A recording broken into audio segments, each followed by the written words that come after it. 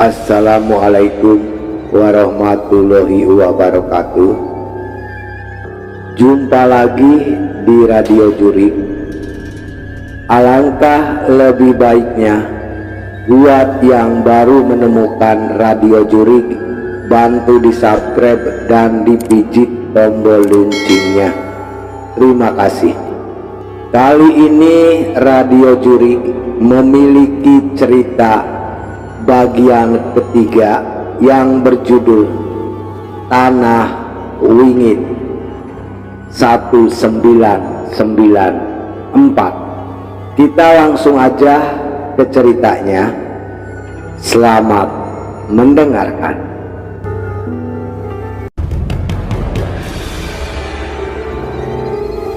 Tanah itu jahat, percaya atau tidak.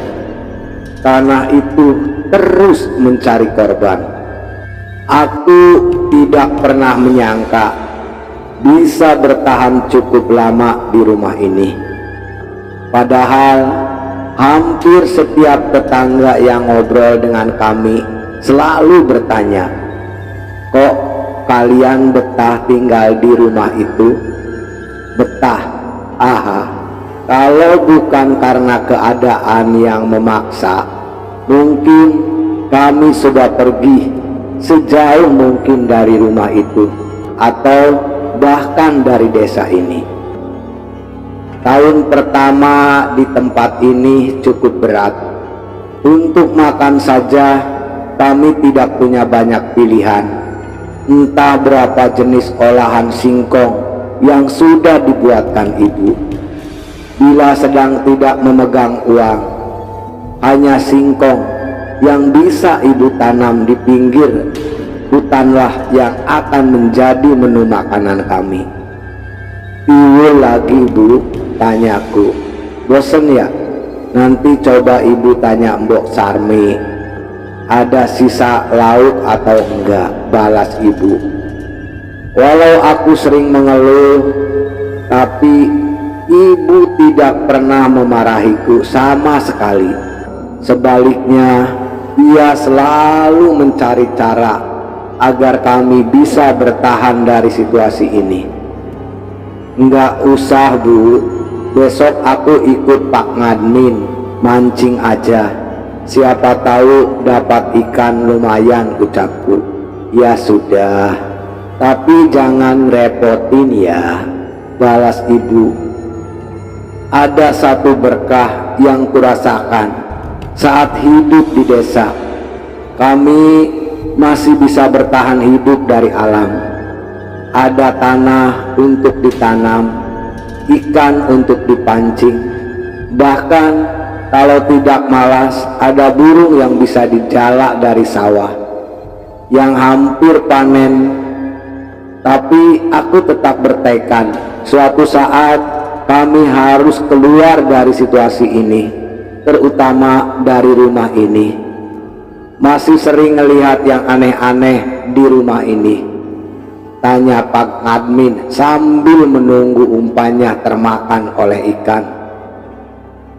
"Masih Pak, tapi selama di dalam rumah paling cuma sekelebat aja," kata ibu. "Yang penting nggak keluar pas malam Jumat aja," jawabku. "Yang penting kamu jagain ibu dan gendis ya Mukti. Belum pernah bapak melihat orang setegar ibumu itu," balasnya. "Pasti Pak, saya akan jaga ibu," jawabku. Seperti biasa aku pulang ke rumah saat langit masih terang. Entah mengapa aku merasa hari di desa ini lebih pendek daripada di kota. Dulu jam 8 malam kami malah baru keluar untuk berkumpul di pos ronda. "Gendis, sudah mau malam masuk," ucapku pada gadis yang masih berada di teras rumah. "Iya," jawabnya. "Kalau iya langsung masuk dong, jangan bengong," balasku. "Nanti malam mau ada tamu," ucap gendis sambil menatapku. "Tamu? Tamu siapa? Tanyaku. Gendis tak menjawab dan malah segera berlari ke dalam rumah. Aku mengerutkan dahiku. Apa tadi ada yang datang memberitahu bahwa akan ada tamu? Banyak banget ikannya. Ini kamu semua yang mancing? Tanya ibu. Ya enggak, sebagian Pak Admin. Tapi tadi dapat banyak, jadi aku dibawain. Enggak kebanyakan, balasku.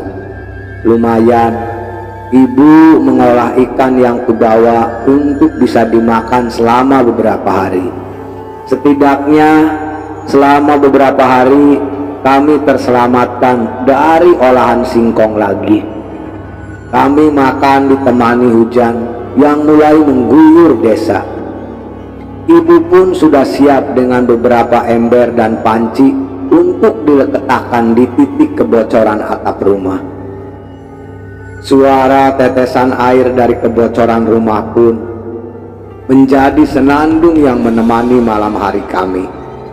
Entah mengapa, tanpa disadari kami bertiga merasa gelisah, seperti ada sebuah perasaan yang membuat kami tidak nyaman. Blar, blar, suara petir yang menyambar membuat suasana kami bertiga kaget dan semakin merasa aneh. Ibu pun mencoba merapatkan gorden agar cahaya kilat tidak terlalu mengagetkan kami. Tapi bukannya kembali, ibu hanya terdiam di depan jendela sembari melihat sesuatu di luar. Ada apa, Bu? Tanyaku penasaran. Ibu tidak menjawab.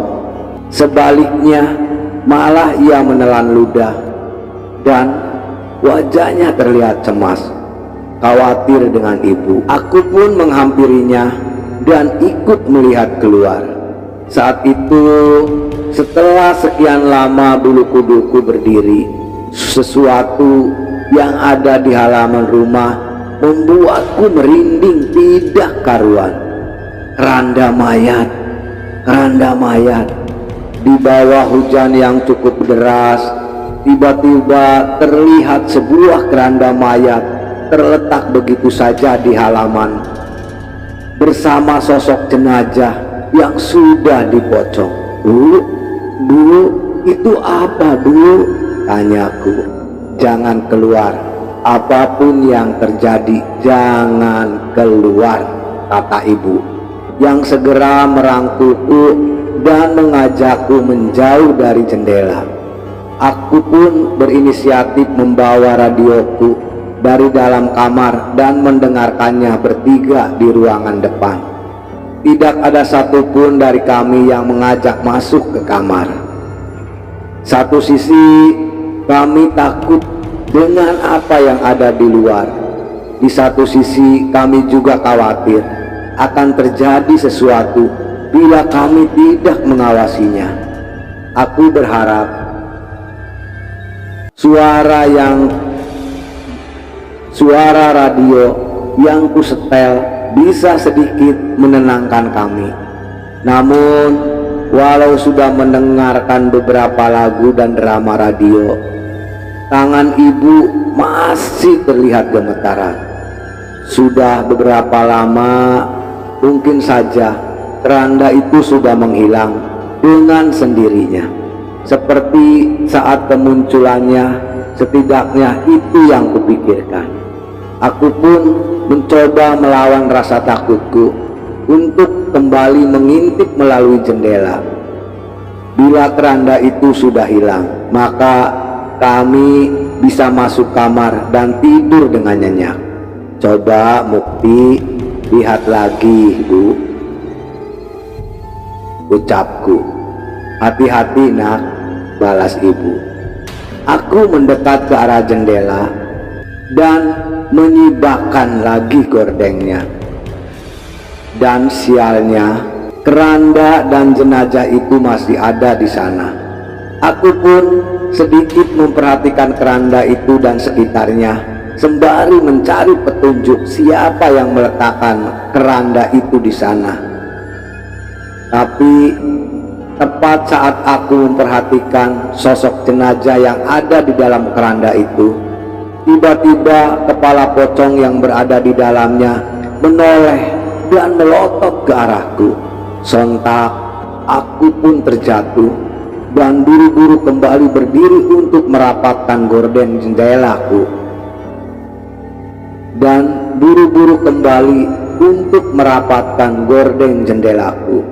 "Kenapa, Le? Ada apa, Le?" tanya ibu sambil cemas. Enggak, Bu," balasku. "Kerandanya masih ada di sana, Le?" tanya lagi ibu. Aku mengangguk dan kembali duduk dekat ibu sembari mengeraskan suara radio. "Keranda?" tanya Gendis penasaran. Enggak, Gendis, kamu dengerin radio aja atau main lagi, tapi jangan dekat-dekat ke jendela ya," balasku. Tak ingin Gendis khawatir. Perasaanku benar-benar cemas, seolah-olah mendapat firasat akan terjadi sesuatu yang mengerikan. Hujan pun semakin deras, bersahutan dengan suara kilat yang menyambar. Saat itu aku dari kilatan cahaya samar-samar aku melihat bayangan manusia terpantul ke gorden jendela kami. Cek, cek, cek, cek, cek, cek. Wajah ibu pucat. Samar-samar terdengar suara langkah kaki yang menginjak tanah yang becek. Tak hanya satu, lambat laun suara itu terdengar semakin banyak. Saat hujan mulai mereda pun, suara langkah kaki itu masih terdengar. Tok, tok, tok, tok, tok, tok. Terdengar suara tongkat seseorang mengetuk lantai teras rumah kami. Seketika aku teringat kejadian saat hari pertama aku ada di rumah ini, penampakan seorang nenek. Dan benar saja, bayangan seorang nenek yang bungkuk sedang membawa tongkat terpantul di gordeng jendela kami. "Ojo ono sing metu yo, Le. Ojo ono sing metu yo, Le." Terdengar suara seseorang nenek tepat saat bayangan itu berhenti di depan jendela. Aku merinding sejadi-jadinya, tapi entah mengapa aku merasa ibu dan Gendis tidak sadar akan hal itu. "Bu, ojo ono sing metu yo, Le. Itu artinya apa?" tanyaku yang tidak mengerti arti ucapan itu. "Jangan ada yang keluar ya, Le." "Emangnya kenapa nanya begitu?" tanya ibu. "Ibu enggak dengar suara barusan? Tadi Mukti dengar suara ngomong begitu, Bu." Ibu mengerikkan dahinya dan menggelengkan kepalanya. Ia pun mulai cemas terhadapku. "Enggak ada suara apa-apa, Mukti. Iya kan, Gendis?" tanya ibu memastikan. "Gendis cuman mendengar suara hujan sama radio, Bu," jawab Gendis. Aku pun mulai bingung. Apa ada setan yang sengaja berniat memperingatkanku? Aku menghibur rasa perasaanku, rasa penasaranku, dan sama sekali tidak memikirkan untuk mengecek keluar. Lambat laun hujan semakin mereda. Yang terdengar hanyalah suara tetesan gerimis tanpa adanya kilat yang mengagetkan kami lagi. Aku melihat ke arah jam dinding dan mendapati bahwa waktu telah menunjukkan hampir jam 1 pagi. Gendis sudah tidur dan ibu beranjak dari tempatnya untuk mengecek kembali ke jendela. Aku merasa harus ikut menemaninya.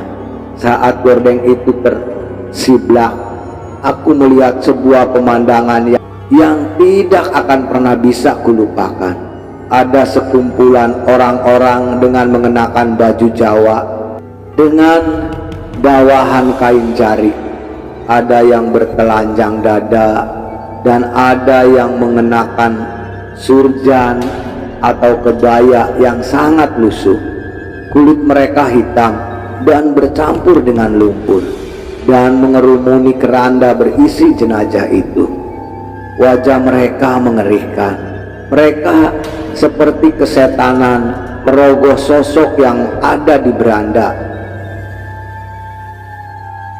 Dengan sangat beringas, aku ingin mencari tahu apa yang mereka lakukan. Tapi tanpa sadar, salah satu dari mereka menoleh ke arah kami. "Tutup, Bu," teriakku dengan cepat. Aku teringat ucapan sosok nenek yang memperingatkanku tadi. Ibu segera menutup gordeng dan kembali menjauh. Kami pun kembali ke dekat gendis dengan jantung yang berdebar-debar. Benar saja, terdengar langkah seseorang mendekat ke dalam rumah. Langkah kaki yang menginjak tanah becek berubah menjadi suara kaki yang menginjak lantai kayu. Aku pun segera mematikan radio dan mengajak mereka menjauh dari arah jendela. Samar-samar terlihat bayangan manusia dengan rambut yang panjang dan acak-acakan memperhatikan dari balik gordeng tersebut. Ibu pun merangkulku dan gendis, sementara aku terus memegang baju ibu. Sosok itu celengak-celinguk seolah-olah mencari keberadaan kami di dalam. Namun sosok itu segera kembali pergi. Aku sedikit lega. Namun ibu masih tetap gemetaran dengan apa yang terjadi. Tapi setelahnya, tanpa sadar kami tertidur di ruangan depan bersama hujan yang mulai reda. Suara ayam berkokok menyadarkanku dari tidur. Seketika aku panik saat mengingat kejadian semalam. Ibu dan gendis masih tertidur, tapi dari kisi-kisi jendela aku sudah melihat langit fajar yang mulai muncul walaupun suasana masih gelap. Aku pun memberanikan diri mengintip dari jendela untuk memastikan apa yang terjadi dengan beranda yang ada di luar. Tapi keranda itu sudah menghilang. "Bu, Ibu," aku membangunkan ibu, ingin menunjukkan hal ini. Ibu terbangun dengan panik, sama sepertiku saat mengingat kejadian semalam.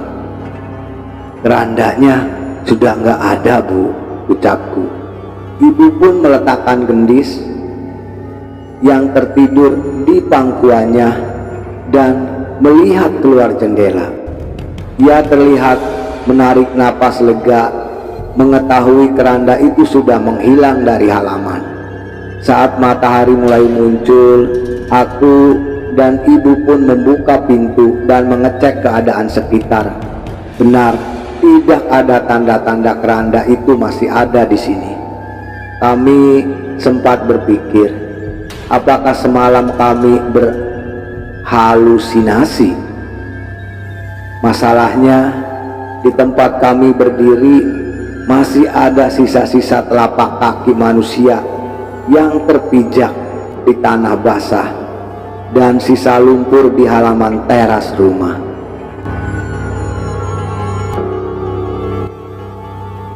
Sampai di sini dulu ya ceritanya.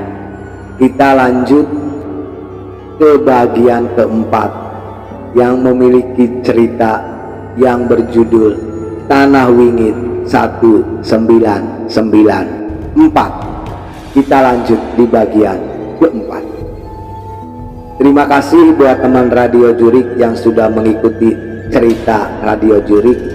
Alangkah lebih baiknya Radio Jurik bantu di subscribe dan dipijit tombol loncengnya agar teman Radio Jurik bisa mengikuti cerita-cerita Radio Jurik yang lebih seru dan lebih seram lagi. Terima kasih buat yang sudah berpartisipasi mensubscribe channel kami, dan buat teman Radio Jurik semuanya, selamat beraktivitas dan tetap semangat. Ikutin terus cerita Tanah Wingit 1194 bagian keempat.